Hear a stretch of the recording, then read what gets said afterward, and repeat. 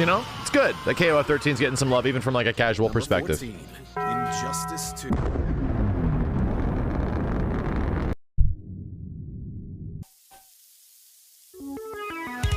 Wait, what? Let's go!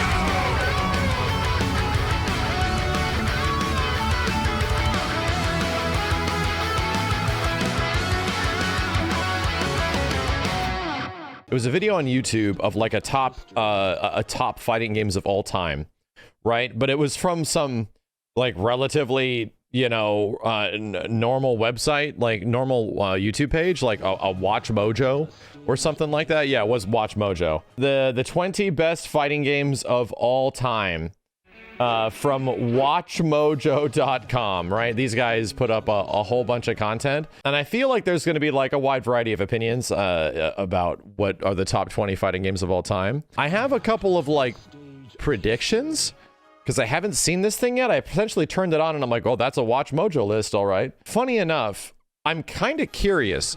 You have to understand that this stuff is sort of valuable, because you have to think that if there was a, like, essentially a fighting game, top 20 best fighting games of all time tier list, this is coming from the perspective of people that are actually, like, casual, right? People that don't immediately play, like, maybe a lot of different fighting games or a whole bunch. A normie list, if you will. And here's the thing. This stuff is important to sort of pay attention to. You know what I mean? There's, of course, there's like everyone that's super versed in some fighting games is going to have a really specific grasp on what the industry, what was big in the industry, what was the defining moments, like all that kind of stuff. I think it's kind of interesting sometimes to look from the perspective of people that just like fighting games and play them and don't really dedicate a lot of their life to them or a wide variety of them like I do now, and see what they think. To me, it's like sort of valuable. I have some top predictions for some potentially like obscure titles that I think will actually be in this list, because once again, I haven't watched it yet. Somebody was linking it to me and Simmons was like, there's a lot of hot takes in here. I'm like, interesting. I don't know the exact positioning of some games. However, I think that weirdly enough, I think that games like Smash Brothers, if not the latest Smash Brothers, is going to be rated very highly. I don't no spoilers, by the way. I think that even games like potentially Mortal Kombat 11 might also be rated very highly. And I think classic games potentially like Marvel vs. Capcom 2 might be really high on the list. What was the thing I was constantly saying about MVC2 when we were doing that campaign? That from my perspective of like people that are not super versed in fighting games, but just like enjoy them and play them and have played Marvel 2 in the past, how many people have this old school, at least from like an older school fighting game, of like, what's the greatest fighting game of all time? A lot of people will say MVC2. I have a gut feeling that that's going to be rated pretty high.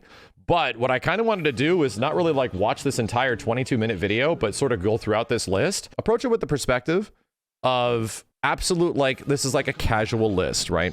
People that don't look in and absolutely absorb fighting games 24/7 like a lot of us kind of do, to see what they think, and that's what I want to check out.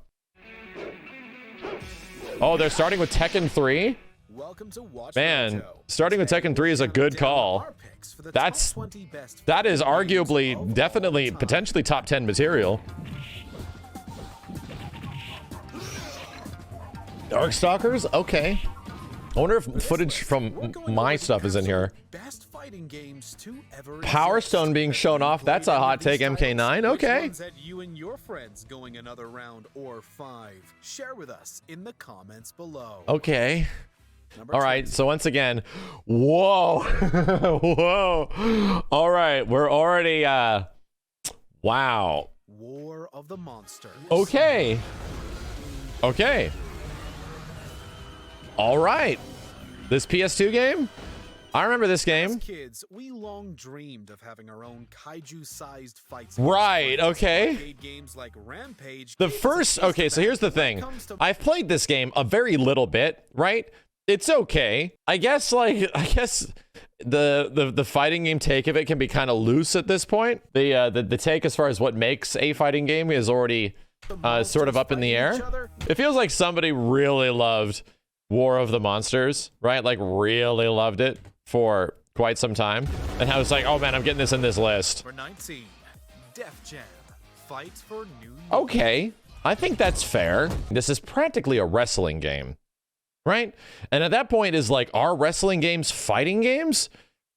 There's like some unique observations here. Oh no, it's not just a wrestling game. I'm not saying it's only a wrestling game. I'm saying it's a lot of things. There's a lot of things to it.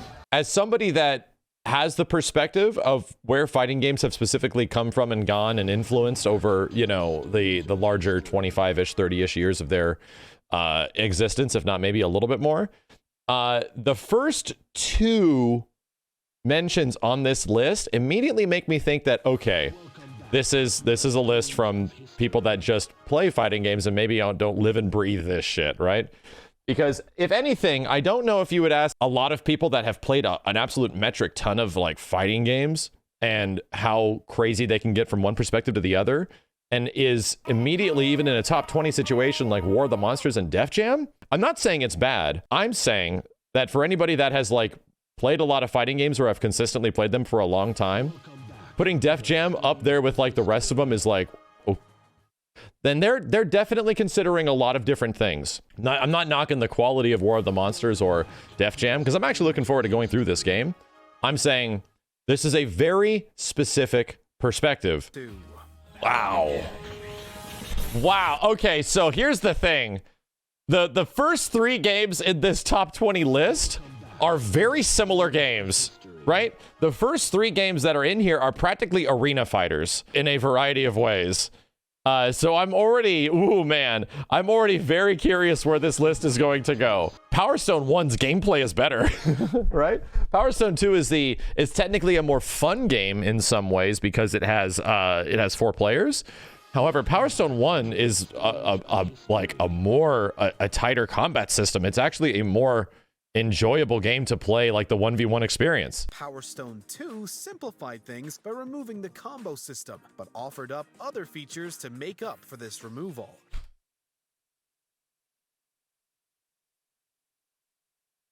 Okay. Oh, sure. All right. What's the next one? Let me have it. Maybe the next one is, oh, actually, Persona 4 Arena Ultimax. I was gonna hope it was WWE All Stars. Darkstalkers. Uh-oh. I would not say DS1. I would not say Darkstalkers 1 is great. This one was a great way to introduce new players to the world of fighting games. But that doesn't make a lot of sense because you just put Persona Ultimax in there, which was the latter version of Persona 4 Arena, which is like more feature rich, and that's all that Vampire Savior, aka Darkstalkers 3 is. Right? It's just a more feature-rich, better version. A lot of folks from the 90s and stuff like that do think that Darkstalkers was like a really big franchise, and this is technically correct. The only Darkstalkers that was ever actually popular with a actually popular with a casual audience was the first one. Darkstalkers 2 did not do good in arcades, and Darkstalkers 3 did not do great in arcades either, or Vampire Savior. The King of Fighters. That's a good 13. take. That's a good take. Curious if like 98 or 2002 would be on here. You know, it's good that KOF 13 is getting some love even from like a casual perspective. 14, Injustice 2.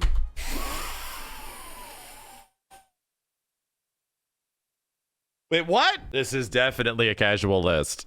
This is a list. I like dressing up my character and stuff, and they got Ninja Turtles and, you know, Aquaman. Let's hear it. Let's hear their side of the argument. As for the roster, well, now you could see Batman and Superman take on the likes of even more heroes and villains like Gorilla Grodd, Starfire, and the Teenage Mutant Ninja Turtles. Once again, well, how did I know he was going to say it?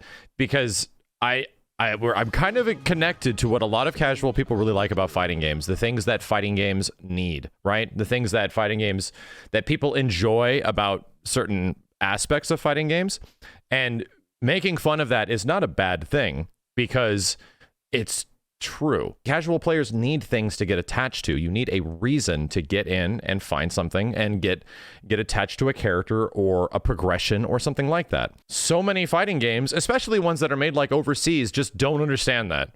They just are completely fine with them being like arcade experiences. Number 13, Project Justice. What the fuck? Wow! shit is... This list is somebody's fever dream. I like Project Justice and Rival Schools, right? But this list is somebody's fever dream. I just got fucking flashbanged that Project Justice is 13. Once again, I have to remind people why we're watching this. We're watching this from the casual perspective. You have to understand that not fighting games are played by people that absorb them and become part of them and essentially become part of their fibrous nebula in every single facet, which I've been doing for so many years of my life, and a lot of us actually do, where we just are so consumed by fighting games that there is a lot of people, a very large percentage of them, that are not that way and that just look at fighting games as video games and not tools to beat ass. It's not a bad game. None of these games are bad games. Like, all of them are there's nothing wrong with any of these games, but there's a lot of really good, insanely genre defining fighting games that like changed everything, and I'm curious if they're going to show up at all in this list. Number 12, Samurai Showdown.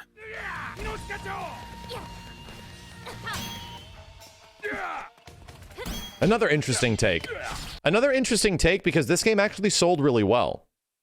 Especially considering that not a lot of people ended up playing it online due to technical issues. There was very few commitments to like competitive scenes for this game. But you know why it's a good take? Because it did sell well. Like, a lot of people bought Samurai Showdown as like a return Samurai Showdown game. Like, Samurai Showdown 2019 was the Street Fighter 4 of classic SNK games for a lot of people. And apparently it was SNK's best-selling fighting game. Number 11, Tekken 3. Okay, thank God. Thank God it's in here. But here's the thing. If Tekken 3's in here, then Tekken 5 has to be in here. These people know that Tekken 3 was like a cultural, iconic PlayStation game. Like, this was one of the games that changed the industry in many ways and had an absolute metric ton of stuff you can do in it. One of the most valuable fighting games of all time. We'll just forget that Tekken Ball was ever a thing. What people liked about this game, though.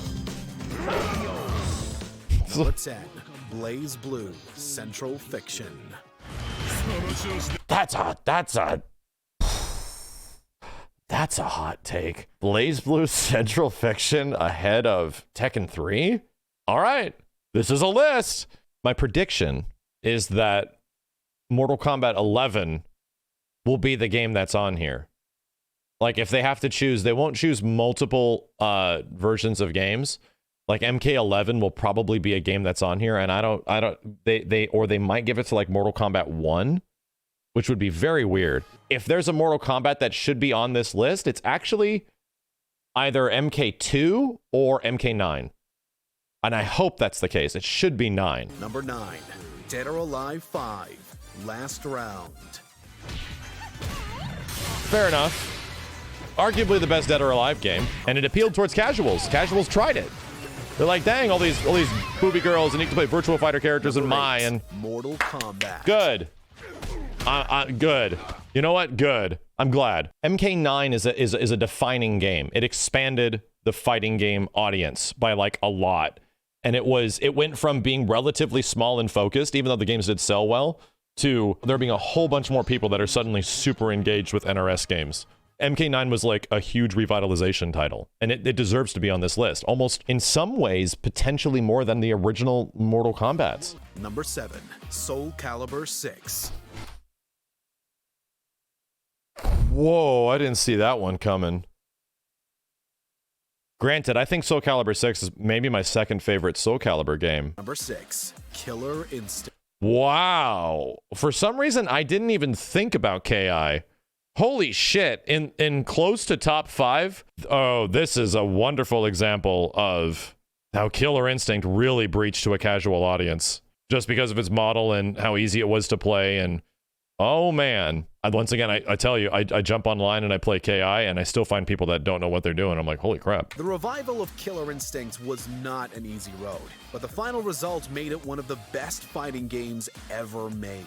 Damn. Is that what a lot of casual players feel about KI? I mean, I guess so, right? Because I keep seeing perspectives in forums and stuff that talk about fighting games where they're like, I keep reading this one thing, not as good as the greatest fighting game of all time, Killer Instinct. And it's like, whoa, damn, is this really catching on?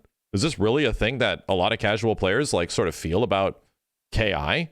And that gives me hope that if Microsoft actually makes another Killer Instinct, right, then there will be a whole bunch of people that will be willing and ready to try it out. Like even whether or not they do the demo version, free to try, free to play, you know, whatever it is, I think that game absolutely has its audience, and it probably eclipsed like 13 to 14 million downloads in the end of it all. Who knows with Game Pass, right? Ton of people. I just realized there's no Street Fighter game in here. Like there's no Street Fighter 4, there's been no Street Fighter 3, there's been no Street Fighter 2. Not yet. But what I'm saying is that you have like Third Strike, Street Fighter 4, Street Fighter 2, right?